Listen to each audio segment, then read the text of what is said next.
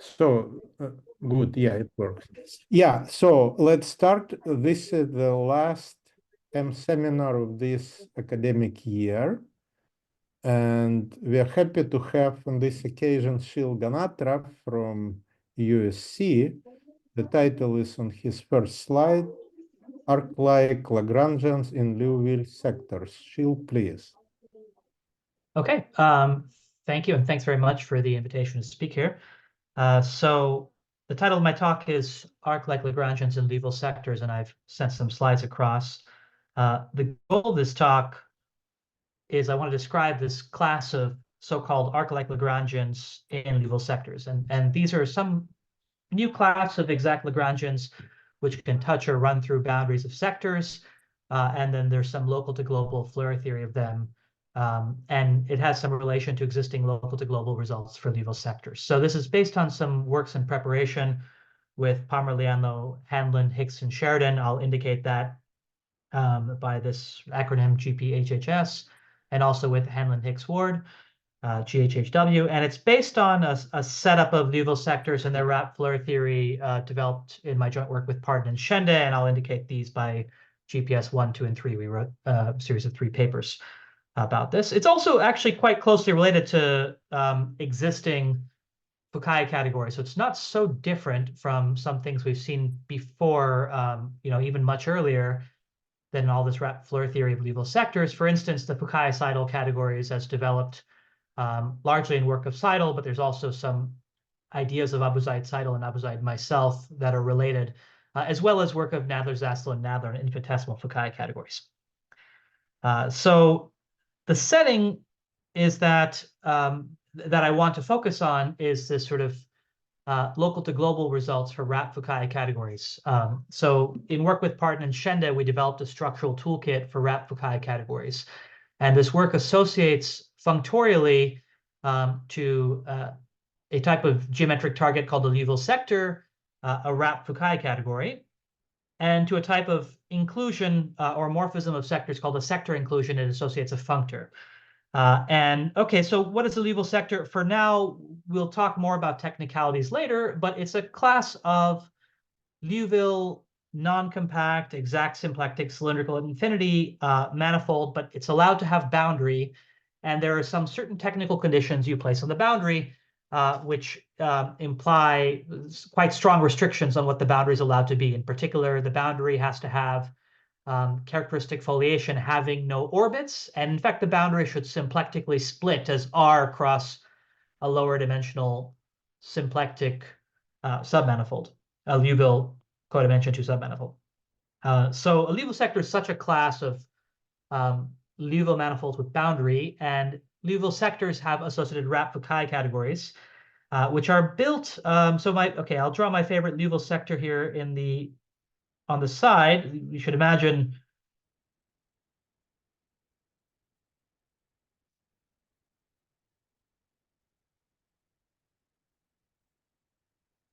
T-star interval or something like that. So you can see there's some finite boundary, the boundary of the interval, and then there's some boundary at infinity. And the objects of a Liouville sector are some sort of exact at infinity Lagrangians that avoid the boundary. So here is the boundary of X here. They're allowed to tend to infinity. This is an allowable L.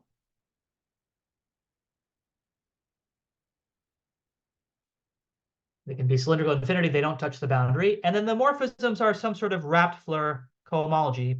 So what I do is I take the direct limit. If I want to take HW of KL, I should take the direct limit of ordinary Floer cohomology in my Liouville sector of K plus L, where I take the direct limit over K pluses, which are positive at infinity isotopies of K that never are allowed to touch the boundary. So I'm allowed to, I should remember that my boundary at infinity, which I'll indicate here in green,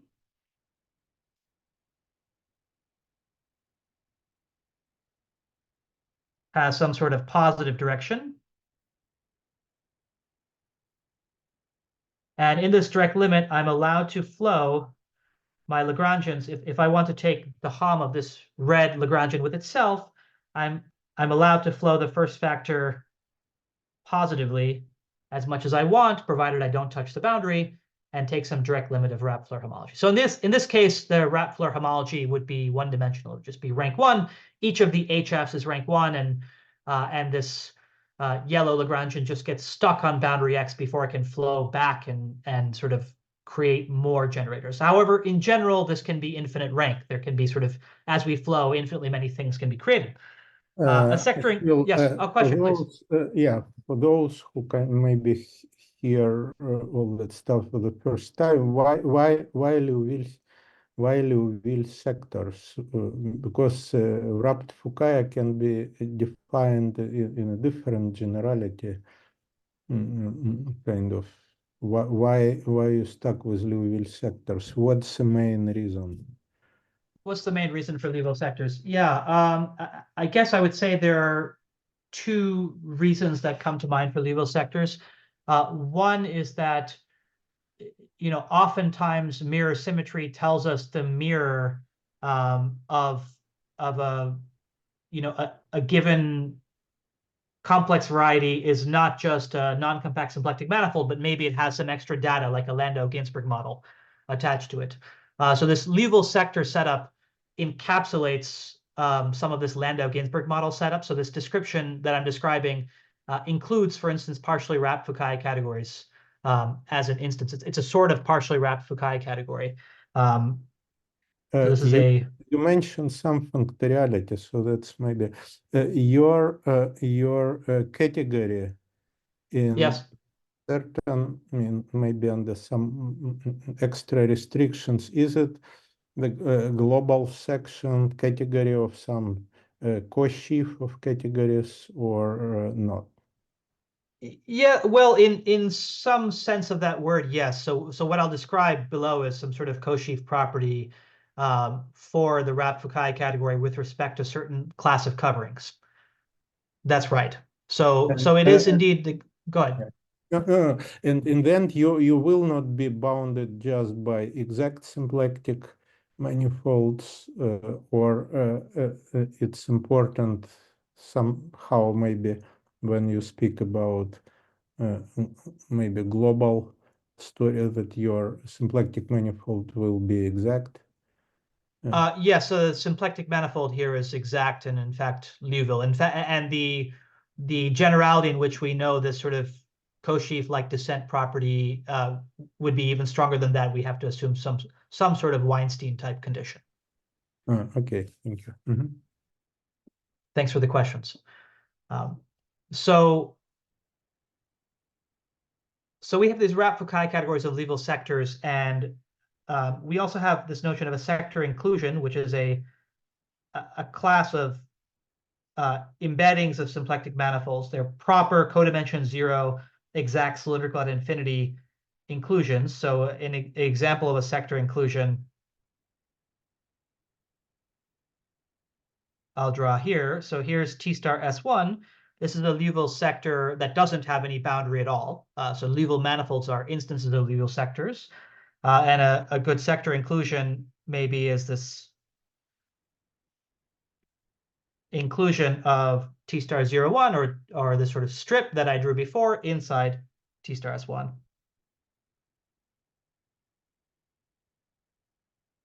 Okay, so this is an example of sector inclusion, and we showed that sector inclusions induce functors from the wrapped Fukaya category of the smaller sector to the wrapped Fukaya category of the larger sector. So it's covariant in sector inclusions. There's some key point here about that we use to prove, to produce such functors about choosing our complex structures carefully to achieve locality for discount. So the key point is these sector inclusions, the boundaries of these subsectors are controlled enough that in suitable circumstances, holomorphic disks whose boundaries stay inside a subsector can't actually escape. So there's some locality property or principle at play here. So going further, we proved a co-sheaf-like property or a descent property for wrapped Fukaya categories with respect to sectorial coverings.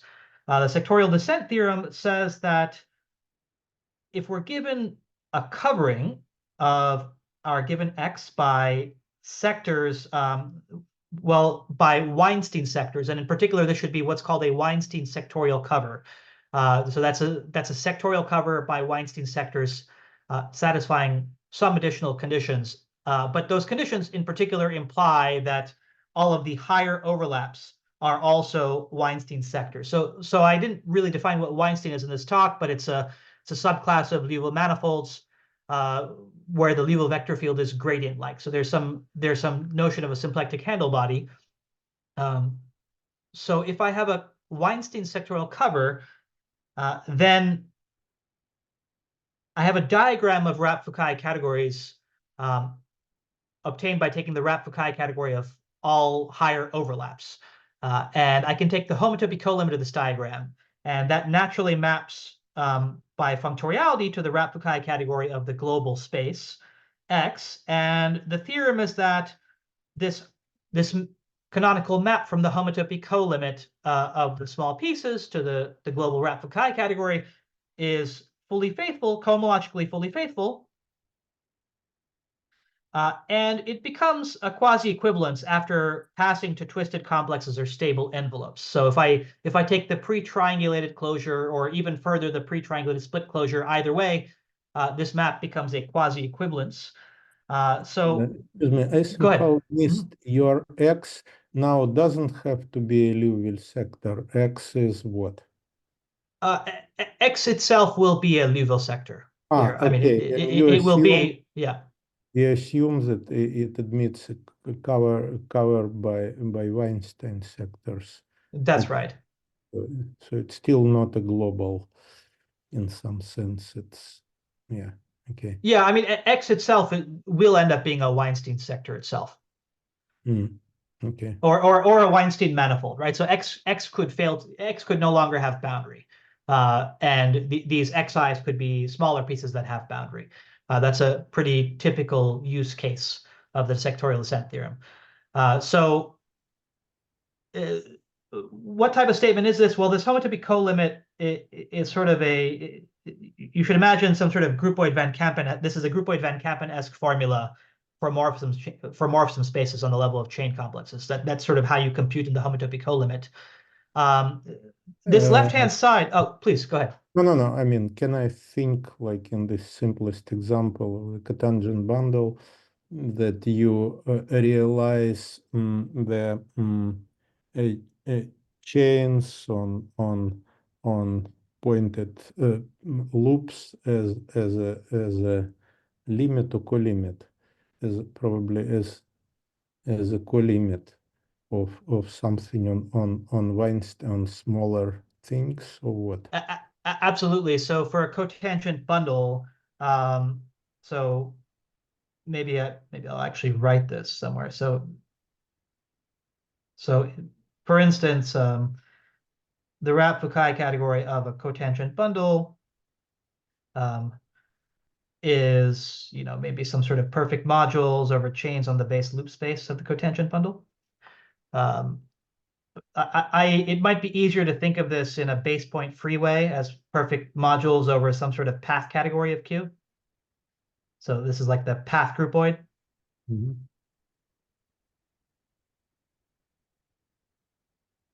Right? And indeed, if I cover my Q by some sort of open sets, then this is recovering this Seifert Van Kampen colimit formula for chains on the path category. Yeah, if it's KP1 space, it's exactly probably Van Kampen. Yeah. Yes, if it's KP1s, it's exactly Van Kampen. Okay. That's right. The only thing is that this stable envelope, I'm not sure that you mean the same thing as Kunkov means when he speaks about stable envelope. Maybe not. I really mean just the pre-triangulated closure. Yeah, okay. I could just say that. I mean, that's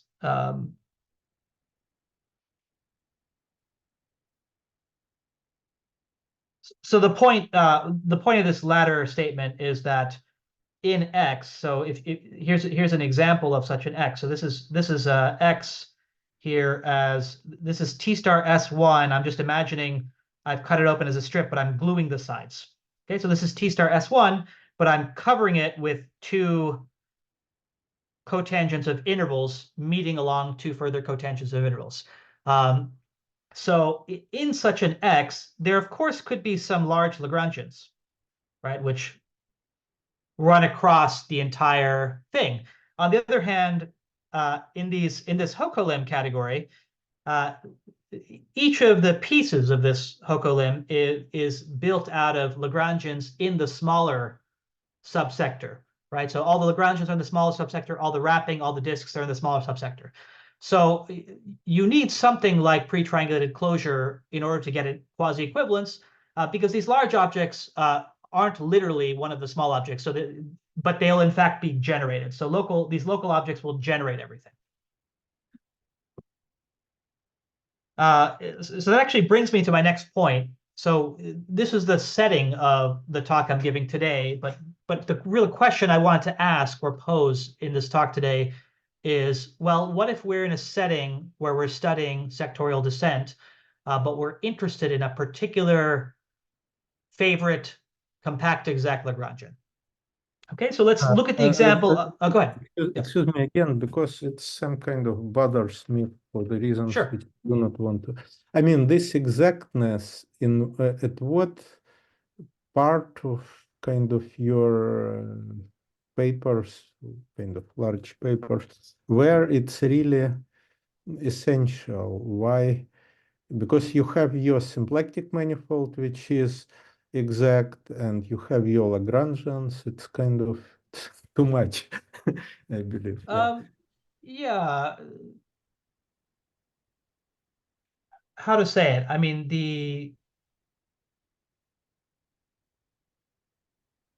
we use repeatedly the fact that Weinstein manifolds have cocores. So we use the Weinstein condition in an essential way to find objects which resolve the diagonal always. But So this concerns the symplectic manifold itself. But what about Lagrangians? Lagrangians probably can be arbitrary, yeah? Or what? I mean, the sense that they should behave nicely at infinity. If you want some right, maybe they should define Legendre. Yes, they should define some. But I'm not sure. Your wrapped, you have probably a version of wrapped Fukaya, kind of partially wrapped with stops. Yeah, and yes. your Lagrangian, is it true that it just defines a stop at infinity, and that's enough? Why you need exact? Well, compact, it's too much. Or maybe I just trying to divert you from your main. No, I mean, I think you can, at various times you can lift these things. So for instance, you can drop exactness and still obtain some generation, the fact that cocores generate your favorite non-exact Lagrangian. And that's sort of something we know how to show. But terminology, what is a skeleton? Is it core or co-core? The skeleton is the union of the cores. So the skeleton is this sort of this singular subset, which everything retracts to, and cocores are transversal objects. Disks. Yeah, okay. They're transversal disks. That's right. Yeah, okay. Okay, thank you. Yeah. Question, Sheel, about Please this. go ahead. Yeah, this example you have. So you have a covering of these two Weinstein sectors of the cotangent bundle of S1. That's right. What are these, the categories, the wrap categories for like X1 and X2? Are these just like vector space? What is this? Yeah. It's just modules. It's just the category of a point. Yeah, and so then there's a homotopy limit that goes to the wrap category of. That's right. So we'd say the wrap category of T star S1 is the homotopy co-limit of, well, we have to take the wrap category of the intersection, which is two more intervals. Okay. Right. So maybe I'll say perfect modules over a point, perfect modules over a point.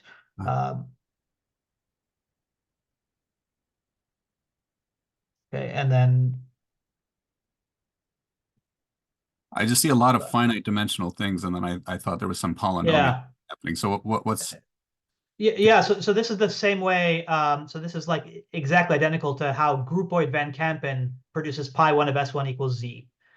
So if we sort of cover, if we take this cover of the zero section and we want to try to use it to compute pi1 of S1, our usual Van Kampen theorem runs into problems because not every connected component of the intersection contains the base point. So we can't use usual Van Kampen, but we can use this groupoid Van Kampen, which would tell us that, in the resulting colimit, these Z's appear, by looking at, essentially like words of morphisms that run between objects. Great. Okay. Thank you. That helps. No problem. And this, when you say compact, do you mean compact in X or you include the boundary? Right now, I mean compact in X, but then I'm going to generalize to include boundary pretty quickly. I actually really mean compact in X, including its boundary. But a priori, maybe classically, before we talked about Liouville sectors, we had Liouville manifolds, and we were interested in studying just compact closed Lagrangians. So we might be interested in those, and now we might be interested in trying to analyze those via covering our Liouville manifold by some sectorial cover, but we would run into this problem immediately, and you can see this already. So here in this cotangent bundle, my favorite compact Lagrangian is the zero section, and we can see immediately the zero section just runs through the boundaries of the cover. It's not an admissible object of any of the small pieces. It's a global object in a strong sense of the word. So what should we say about it? If we want to understand its Floer theory, so we have this local to global formula for the whole Rapp-Fukaya category of T star S1. How do we actually understand local to globally the Floer theory of this object? Well, we know some abstract statements, but they're not of really concrete nature. So what do we know? We know abstractly this, our favorite Lagrangian, our compact Lagrangian, is generated by local objects. That's sort of implicit in this local objects generated statement. That's part of sectorial descent, the way I've stated it. We also know that if, let's say, we're working with a compact Lagrangian, then compact Lagrangians are a special class, form a special class of objects in the Rapp-Fukaya category. They're called the proper or pseudo-perfect modules over the Rapp-Fukaya category. And what I mean by that is if I take the Yoneda module over this object, if I look at Hom from my compact Lagrangian to another arbitrary Lagrangian, it happens to be the case that if I take wrapped Floer homology with a compact Lagrangian and a non-compact Lagrangian, it's always ordinary Floer cohomology. There's sort of no wrapping I need to do. Therefore, it's always finite dimensional on the cohomology level. So this Hom lands in perfect chain complexes, meaning chain complexes with finite total cohomology. So the reason I say all that is that, well, the proper modules of the Rapp-Fukaya category are, actually formally satisfy a dual descent formula. If the Rapp-Fukaya category is a homotopy colimit of Rapp-Fukaya categories of pieces, then proper modules over the Rapp-Fukaya category are actually a homotopy limit of the proper modules of Rapp-Fukaya category of pieces. In particular, you can restrict a proper module to any local piece and get a proper module over that piece. And so we learned that if we are interested in, how L, what its Floer theory looks like with any other object, thought of as a module of the Rapp-Fukaya category, we can somehow implicitly, at least, paste it out of local proper modules. But explicit, yes, question. You say that you take kind of proper modules. I'm not sure that I understand what does it mean, but why you don't take the compact objects in the category of all modules? These are dual. Yeah. So this is maybe I should write something. So L, I'll say by proper modules, I really mean L is in the functors from Yeah. the wrap Fukaya category to perfect chain complexes. So if I maybe the unit object over L, right? So the intuition here being like intersecting with a compact Lagrangian, essentially. Yeah. I understand that Yeah. if you intersect compact Yes. with anything, it will be kind of, we will have finite dimensional cones. And That's right. maybe, okay. So I can do the other thing. I can take perfect modules, which is the compact objects in all functors, to to chain complexes. But I mean, implicitly, perfect modules satisfy the same homotopy colimit property that's taken here. I mean, perfect modules are equivalent to the idempotent completed pre-triangulated closure. So and the homotopy colimit formula holds also after idempotent completion.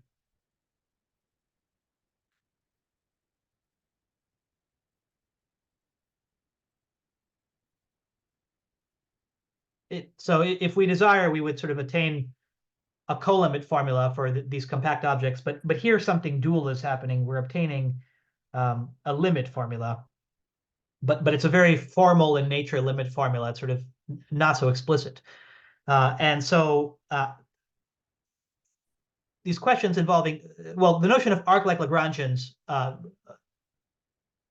were introduced as a class of Lagrangians and Liouville sectors for which one has access to more explicit and geometric computable versions of these statements. So these are sort of abstract statements, generation by local objects, and cutting and pasting out of local proper modules, where we'd like to actually understand more explicitly, at least for a class of Lagrangians, how they behave with respect to sectorial covers. Can they be cut and pasted, and what does their generation look like? Okay, so and what's the sort of statement we're hoping to recover from Arclike Lagrangians? Well, the example I drew above of our favorite Lagrangian is the zero section. And we know that the Floer cochains of the zero section agrees with singular cochains of Q. We know that singular cochains can be cut and pasted with using an open cover. They're a limit of singular cochains of the pieces of the cover, of the higher intersections of the cover. So we'd like to obtain a Floer theoretic realization of this. Okay, so realize in Floer theory is one of the goals of this theory of Arclike Lagrangians. Okay, so any questions about the motivation? So then maybe for the remainder of the time, I'll talk about some definitions and state some results and give some intuition for them. So your whatever Arclike, you want your aim to have some kind of local type of Lagrangians which are compact, yeah? They will. That's right. All right, but will they be, sorry, exact? Yes, well, good question. That's a rather good question. Right now, we're developing the theory completely in the exact case. However, it didn't actually seem to us that a lot of the Arclike theory needed exactness. So I actually have a remark at the very end that it appears we can drop exactness in various cases. But however, I have not thought through all the details of that. Okay. Okay, just one question. You don't allow boundary on Lagrangians, right? Just in the sectors. So far, no, but for Arclike Lagrangians, we'll have to, as you can see. So somehow we'll just look at this example. We see, oh, I've started to erase things instead of pointing. Here we go. So we look at Q. This is the circle. So it's the interval glued to it, endpoints glued together. If we want to somehow restrict Q to one of these subintervals, we'll definitely get an interval rather than a circle. So now we all of a sudden, even though we started with a closed Lagrangian, we'll pretty quickly have to run into some sort of Lagrangians with boundary. So my Arclike Lagrangians are going to be defined to have potential boundary allowed. Okay. Thanks for the question. So actually, let me give that definition now. So we start with the definition of a Liouville sector. A Liouville sector is sort of an exact symplectic cylindrical at infinity manifold with boundary, which satisfies a certain condition that there exists a function I, we call it an I function, on the boundary, whose Hamiltonian vector field is outward transverse to the boundary. So I'll just draw a picture of that in non-disappearing ink.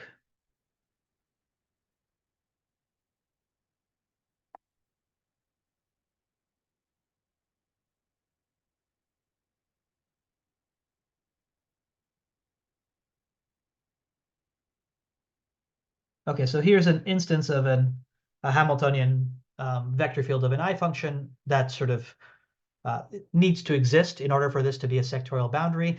This is a technical condition which one can unpack and show that it implies the sector boundary splits as some lower dimensional symplectic F cross R, where the symplectic form is trivial in the R direction if you restrict to the hypersurface. I'm confused. This infinity in the vertical direction is not part of dx. It's not.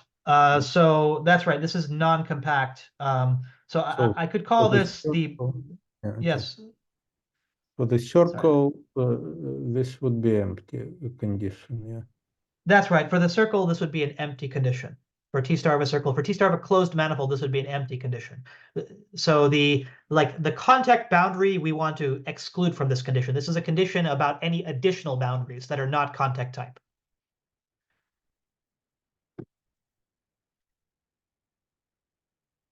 And the way we implemented that is by working in this framework where the contact boundaries are just occurring at infinity. So we're working with the non-compact, not completely compact anyway, model. So this is the notion of a Liouville sector. Now let's say we have a compact exact Lagrangian whose boundary is contained in the boundary of the sector. So now we'll allow ourselves to study objects that look like this. Okay, this is an allowable type of K. It should intersect the boundary transversely. We say such a K is arc-like for a given I function as above if the boundary of K is actually contained in a level set of I, i.e. I should be constant along K. I'm going to phrase this in a few different ways. Another way to say it is that the boundary, sorry, that's the boundary of K.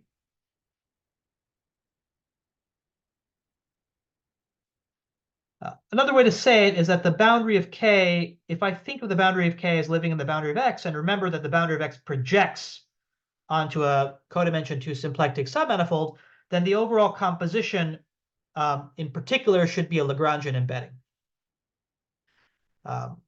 And in fact, this is more or less equivalent to being an Arclike Lagrangian, at least after isotopy. So if the projection to F given by quotienting by R is a Lagrangian embedding, then up to isotopy, we can squeeze all of the boundary of K to lie in a single level set of the I function or this value of R. Okay, so there's in the general descent. In Yes, please. Example, Yes. In this example, F is just what? It's zero dimensional. Yeah, F is a point. The boundary is just R on both sides. That's right.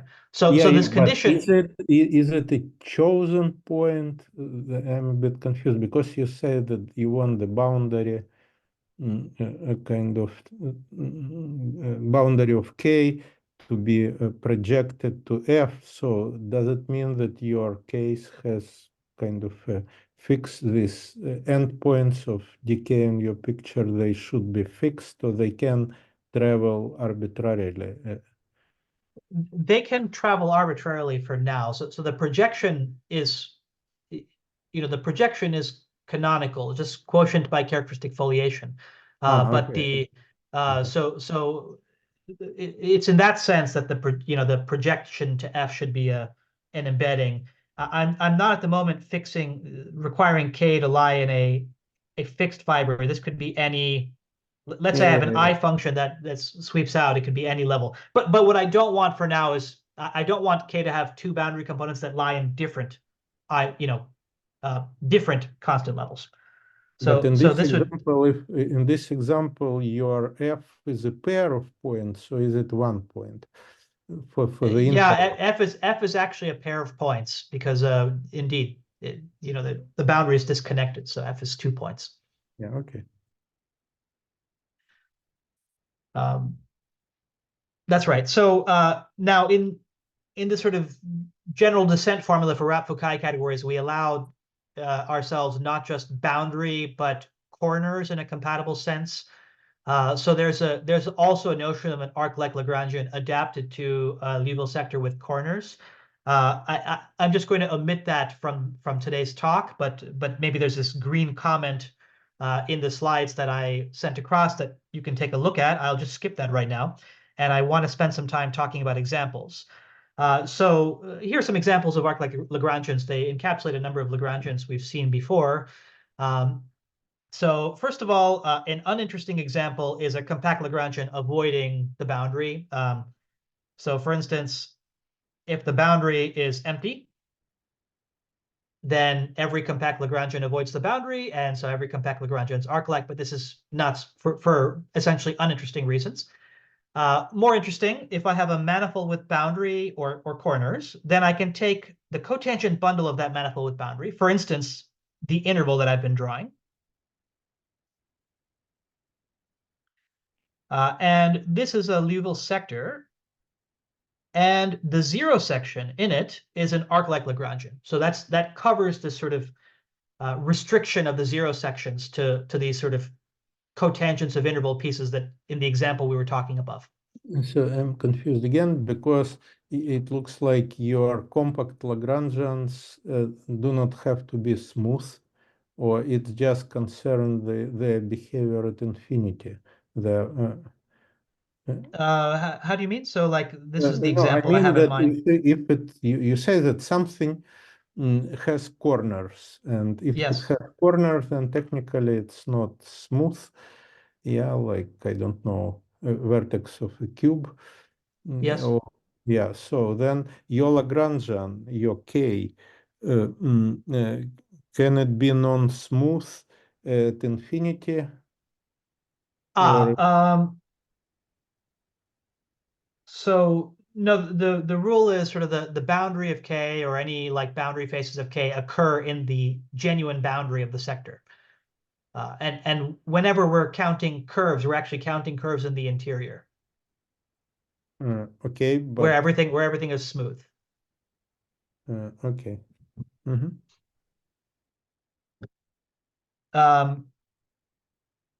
So another example, Lefschetz thimbles are, maybe a first example that you might think of as an Arclike Lagrangian. An Arclike Lagrangian in particular, well, maybe I'll actually mention this before I go do examples. One fact about Arclike Lagrangians is this defining function, which sort of picks out the R value, a natural R value along the boundary. Well, by hypothesis, it sends the entire boundary of K to a fixed level. In general, for a sector, for such an I function, we usually extend them to an actual map to C. So we can find an R function, and we can extend the I function to a neighborhood of the boundary such that the resulting pi, which has real part capital R and imaginary part I, well, if we have an arc like Lagrangian, we can arrange for this projection to C to send K to an actual arc. So that's why we've come up with the name Arclike Lagrangians.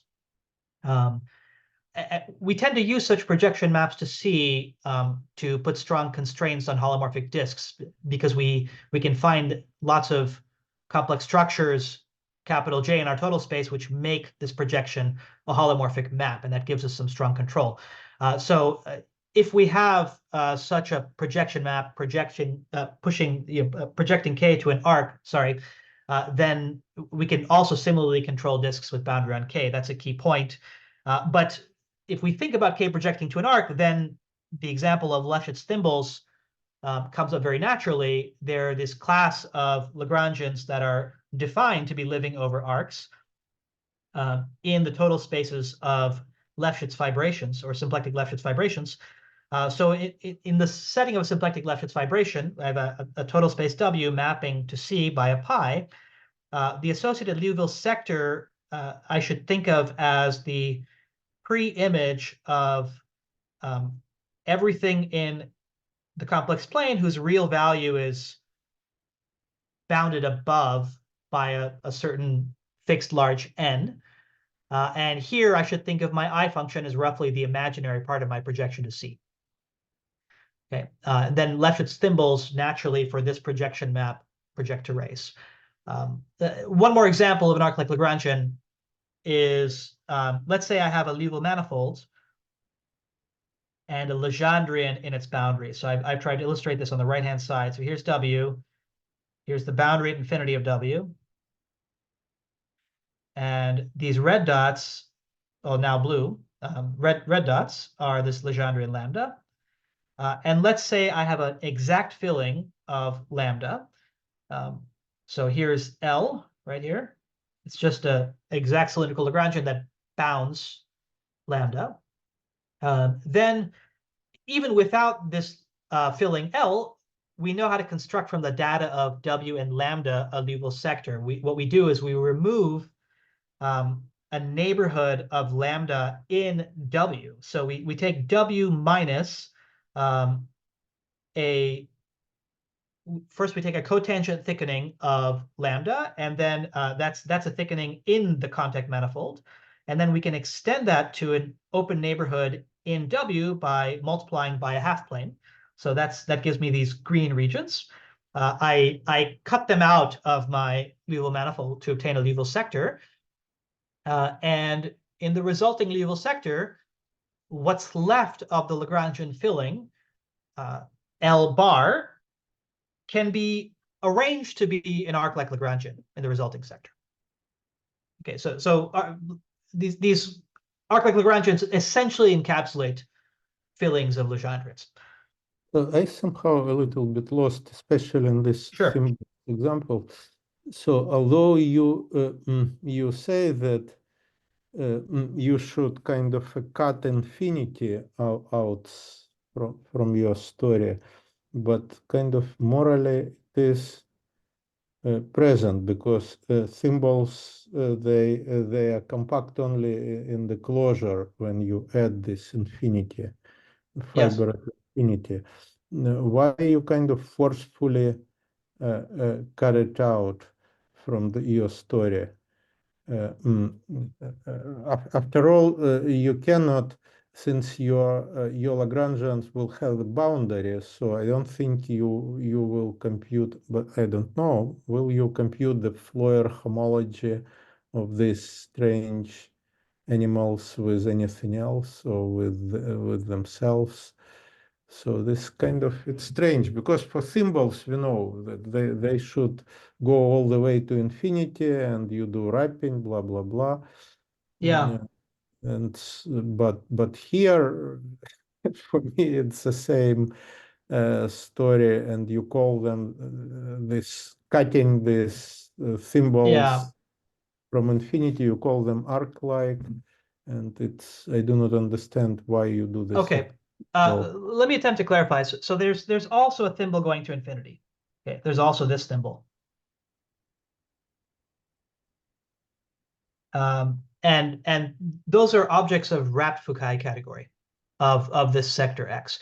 In fact, the situation with thimbles is a little too symmetric. And the reason it's a little bit too symmetric is, there are two ways to compute morphisms in this sort of Fukaya-sidal category of a Lefschetz vibration. Right. There's one where you say, oh, my Lagrangians can go anywhere except they're allowed to asymptote to anywhere except for maybe a bad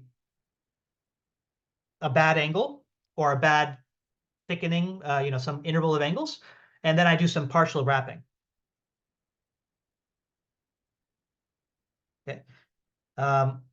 Or there's another way maybe the more traditional way to define Fukaya-sidal category is you do exactly the opposite thing. You say, well, in fact, all Lagrangians have to go to the same angle. And then you do some small wrapping to compute morphisms. Okay? So in the first way, you allow some symbols which go this green, which will project to these green pieces. When you put a stop in your in the first picture, less traditional. Yes. Your green paths, they correspond to symbols which will go to the stop, and you cut them, not allowing to go to infinity, or what? Well, no, actually, it's the symbols that I'm cutting are actually from the second picture. So somehow, Okay. so the confusing thing about Lefschetz vibrations is both these ways of computing give you the identical categories. Okay, because if I partially wrap and allow myself to wrap this symbol as much as I want, it just gets stuck, right? Because if I've sort of disallowed some bad angle, it can't complete the circle. It can't sort of create infinitely many points. So for thimbles, there's really no difference between partial and infinitesimal wrapping. However, there could be some other objects for which there is a big difference. And now what we want to do is we want to look at some framework where there are some objects being wrapped a small amount and some being wrapped a large amount at the same time. And so this setup where I have some boundary and I say, oh, these Lagrangians have to go to that boundary and they have to be compact and have boundary there. They're meant to be the Lagrangians that I'll eventually only wrap a little bit. So one way to think about it is there's an alternate way to set up this category where instead of doing any truncation like this, I instead just work with the boundary infinity, and I just partition it into two regions, right? And maybe outside I do wrapping, and then inside I do just a small wrapping, some sort of infinitesimal wrapping, and then some sort of partial wrapping outside. So that's maybe an equivalent setup, but maybe one of the reasons I'm cutting these at a finite place is because we're going to see these cuts appearing in these sectorial covers, these local to global arguments. Mm-hmm. Can I ask one more question Please. about this? Yeah, please go ahead. Example. So is there any kind of horizontal boundary in this, or is this just this? In other words, if I look at the fibers of pi, I have some kind of, non-compact. Is there a boundary component there that I'm missing, or is it just this blue vertical bit? So the fibers of I are non-compact. And there's some non-compact Liouville manifolds. Right now, in the current model of this framework, the Lagrangians don't have, they're not fiberwise non-compact. They're fiberwise proper. Okay. So in the fiber direction, they won't go to infinity. And that's just a requirement. It's not. That's just a requirement. Okay. I think it's interesting to study the more general thing. However, the story will be a little bit different for them. Okay, thanks. Yeah, thanks for the questions.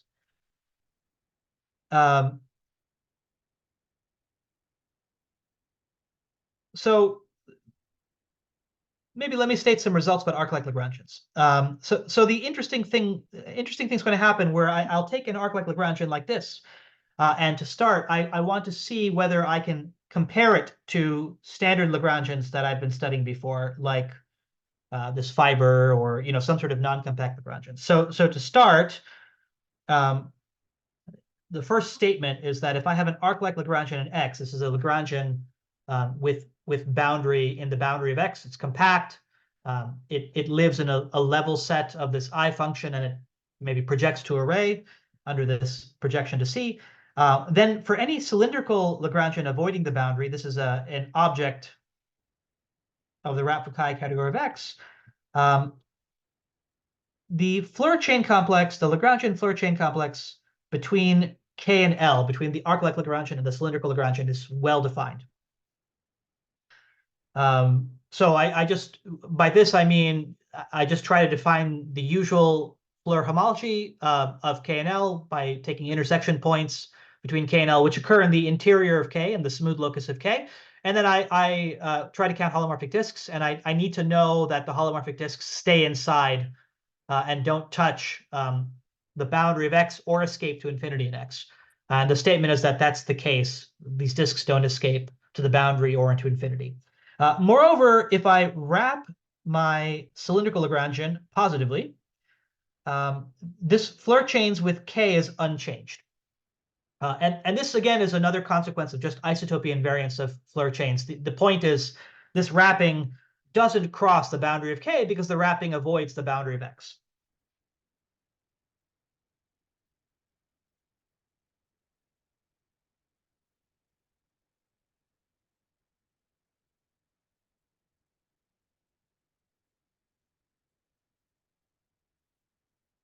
So this implies that Floer chain CF of K blank descends to a functor from the wrapped Fukaya category to chain complexes. It in fact lands in perfect chain complexes.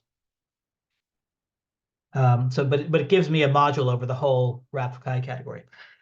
This module satisfies a nice locality property. It turns out that if I have a sector X inside a sector Y, and let's let I be the sector inclusion, then if I have an arc-like Lagrangian in Y that's also arc-like when I intersect with X, then there's a locality property, which I'll state in a second, but let me just draw a picture to give an idea of what this means. So in terms of our projections to C, near X, K should project to an array. Near the boundary of Y, K should project to array. Then in the middle, maybe the projection map is not defined, or maybe it is defined, but K could project to a blob. It doesn't need to project to array. But under circumstances like this, if I take Floer chains with K, and this is a module over the wrapped Fukaya category of Y.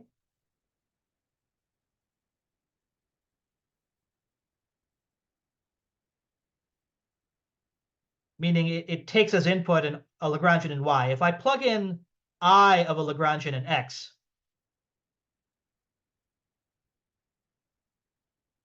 okay, that means I just test it against an L in X. Then it coincides with the Floer chains of the intersected arc-like Lagrangian K intersect X.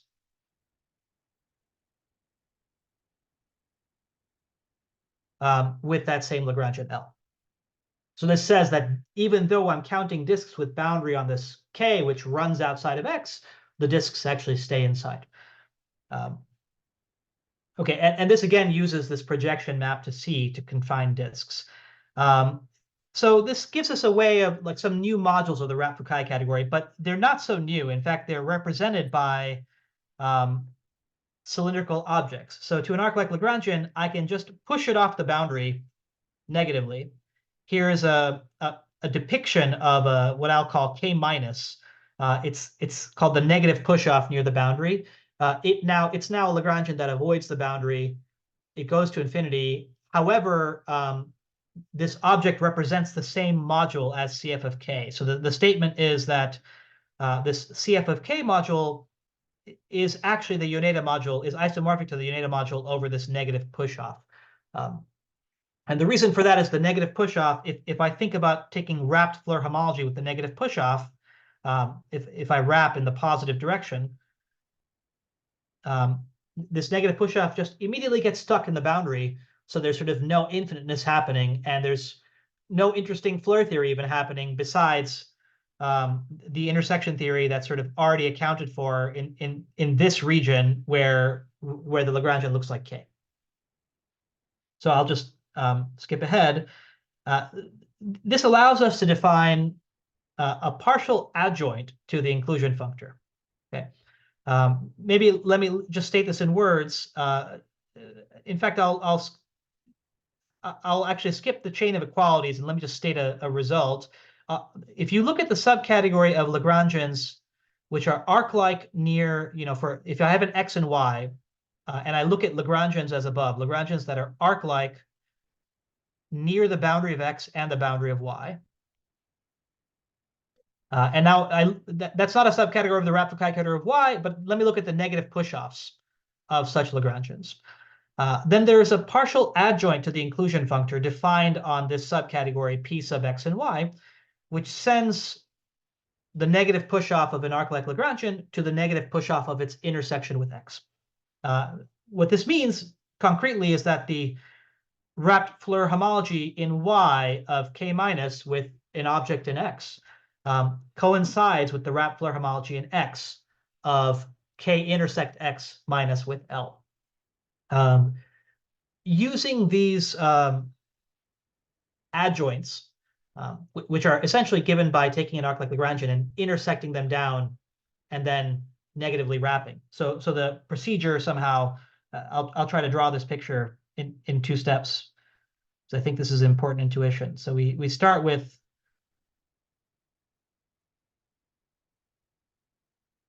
some Lagrangian like this.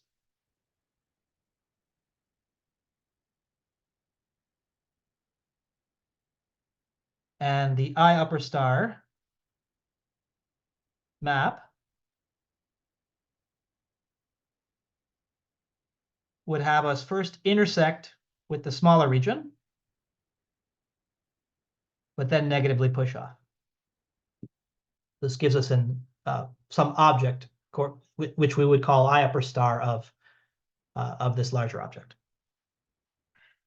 So using these explicit I upper star maps, you can resolve one of the issues that was I claimed was very inexplicit at the very beginning. If we have a favorite compact exact Lagrangian, we know it's generated by local objects, but we don't really have an explicit resolution. The claim is these I upper star maps allow us to write down completely explicit local to global resolutions. And this is joint with Hanlon-Hicks-Ward. So if I have a sectorial covering of my favorite X, and I let K be my favorite Arclike Lagrangian, whose intersection with the pieces is also Arclike, then I can resolve its negative push-off, which is the same as K if K had no boundary, by local objects of the form intersect with a higher intersection and then negative push-off. Okay. Let me just skip ahead and just state a couple things because I think I'm basically out of time. So you can go further than just testing an Arclike Lagrangian against the wrapped Fukaya category. So you can study the Fukaya-Seidel type category of Arclike Lagrangians.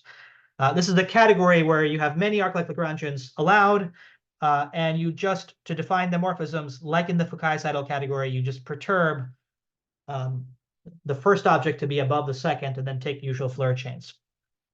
It turns out that if you look at the category, if I have an X inside Y and I look at the category of Lagrangians, Arclike Lagrangians in Y that are also Arclike in X, then there's a restriction functor. Okay, so given an L like this, the map from L to L intersect X, which just remembers this piece of L, gives me an A infinity functor. And this is related to some A infinity functors that have arisen in some special cases. In particular, a very special case of this, I think, it appears in Seidel's Lefschetz 6. So I'm going to skip the idea because I'm basically out of time. But the main theorem that you can build out of this in progress is a sort of homotopy limit formula for Arclike Lagrangians that recovers. So it's stated here, and you can see that in the slides. It recovers the homotopy limit formula for in this special case. Let's go back to that special example of the zero section.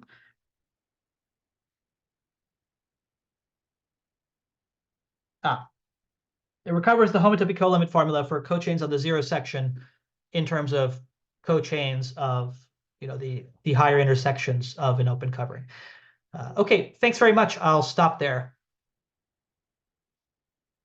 All right, thank you. And other questions? You kind of missed maybe one half of your slides, maybe even more. Yeah, okay. Are there any questions? Yeah, So okay. Yeah, go ahead, Gabe. I was just going to ask about so is this partial adjoint? Is this do you see this as like an acceleration functor if you were just to use the wrapped category instead of this, like if you take this partially wrapped as a sector inside of the wrapped version, is this going to reproduce something like that, or is this maybe something completely different?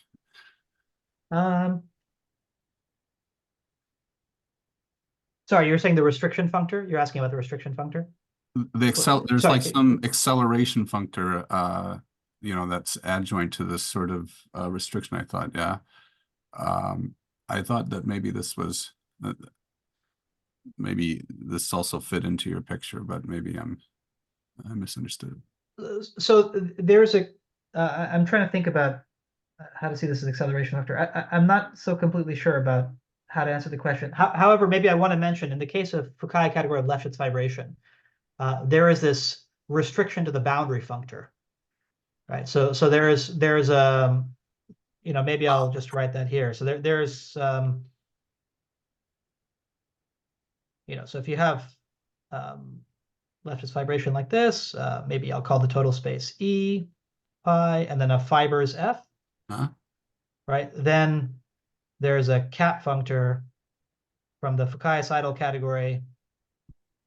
Maybe I'll call it Fs of E pi to the Fukaya category of F, which sends, you know, maybe for instance, a thimble to its boundary.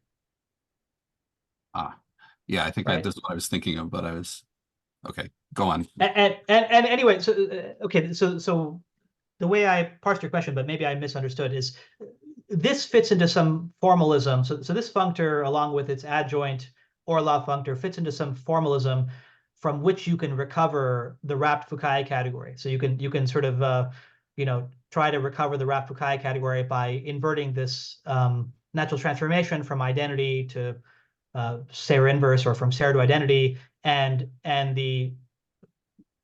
those functors, you know, Serre inverse, for instance, is like the cone of, you know, the unit of a spherical adjunction or something like that. So involving this cap. So there's some pair of functors, you know, cap this way, then there's some sort of cup functor the other way, you know, and the wrapping functor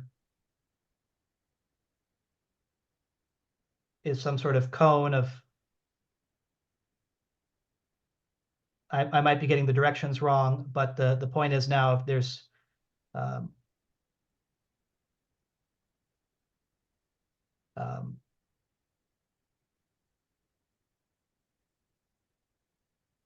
so if you take this,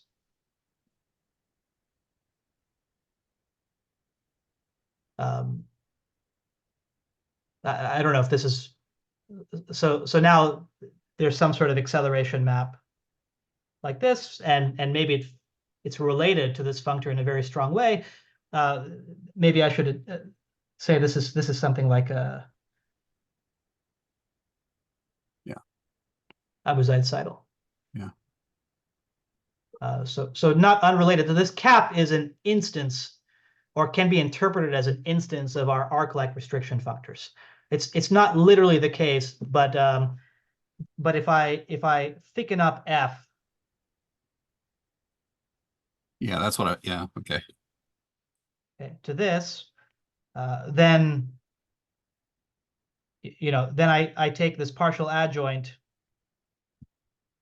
and it's just like the boundary of the thimble across an arc, right? And this is fairly close by some sort of stabilization to the boundary of the thimble. So you can literally get down to the cap functor, which was, yeah. And the partial part is the subcategory of object. You're saying it's just this smaller subcategory that on which this is defined, essentially. That's right. That's right. The adjoint just isn't always defined on the level of small categories for the entire category, but on this smaller subcollection of objects, you can define the adjoint. Right. Thanks. Yeah, I'm confused with another thing. So if I'm trying to think about, first, in terms of what? In terms of a co-sheaf of categories on the Lagrangian skeleton, yeah. Mhm. So probably I can describe the category of proper modules of the wrapped Fukaya in these terms. Am I right or not? Yeah, my understanding is it should be a sheaf of categories. Proper modules over a co-sheaf, the global sections of a co-sheaf should be the global sections of a sheaf.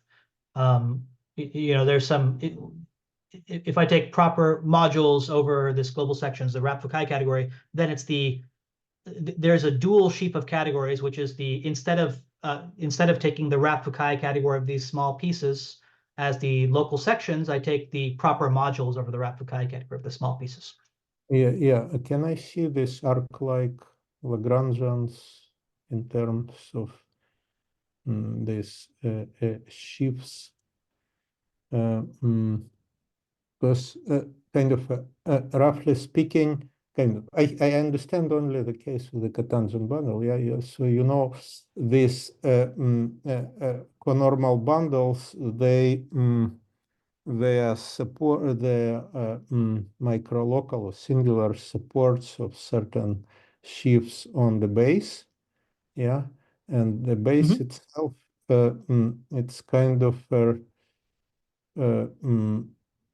it defines it corresponds to it's singular support for local systems on itself, which are not perfect, they're finite dimensional. So I'm somehow confused if I try to make visible these non-local objects, which is the base itself, in terms of sheaves. How should I think of it?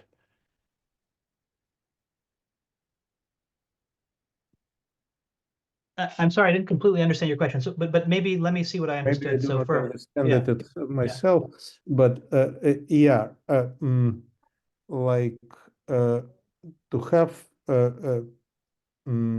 proper modules of the wrapped Fukaya category. Well, it's the same as proper modules of these chains on blah blah blah, but it's also the same as global sections or the category of what? Of now I'm confused. Constructible sheaves probably on the base. Is it true, or should I take compact objects? Again, I'm a bit confused what should be the restrictions, but roughly I should first consider the constructible sheaves on the base, and then this category. yes, Probably you know better how to formulate it, so it will be yeah, right. But it's the category of what? If I formulate it right, or you will help me, it will be the category of perfect modules of the wrapped Fukaya category. Is it correct? that's right. So let me attempt to. So given so we have our manifold, and we have maybe an open set inside it, right? And now we want to associate.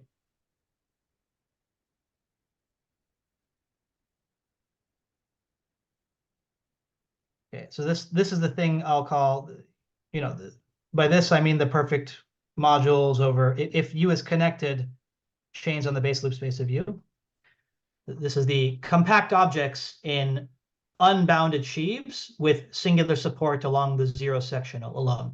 So I'm writing empty set because my convention usually is to write singular support at infinity, but I could write singular support along the zero section. Yeah. So that's the thing. That's the wrapped Fukaya category. And now on the other side, I could write. I think what I want. is just you take the usual like category of sheaves with finite dimensional stocks cohomologically, which also have the same singular support conditions. Okay, so yeah, and So in it's- this way, I do have a sheaf or co-sheaf depending on what, of categories. So everything is local. I do not have this problem. yes, And if I try to consider kind of a sort of a covering by cotangent by things which are locally cotangent bundles to open subsets, then I do have a candidate. So yes. what? Yeah, all right.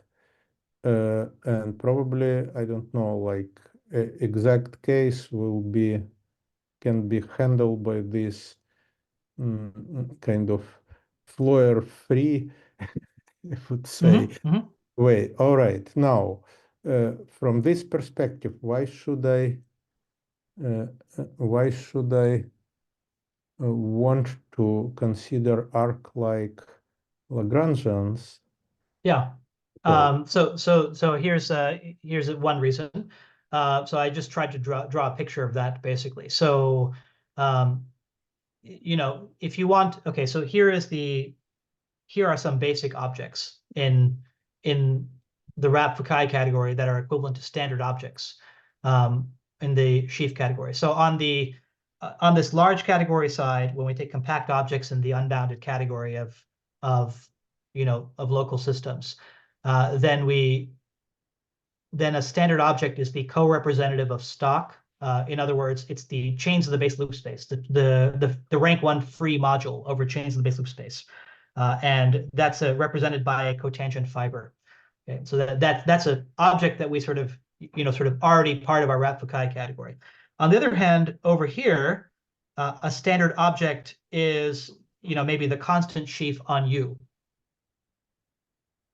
Yes.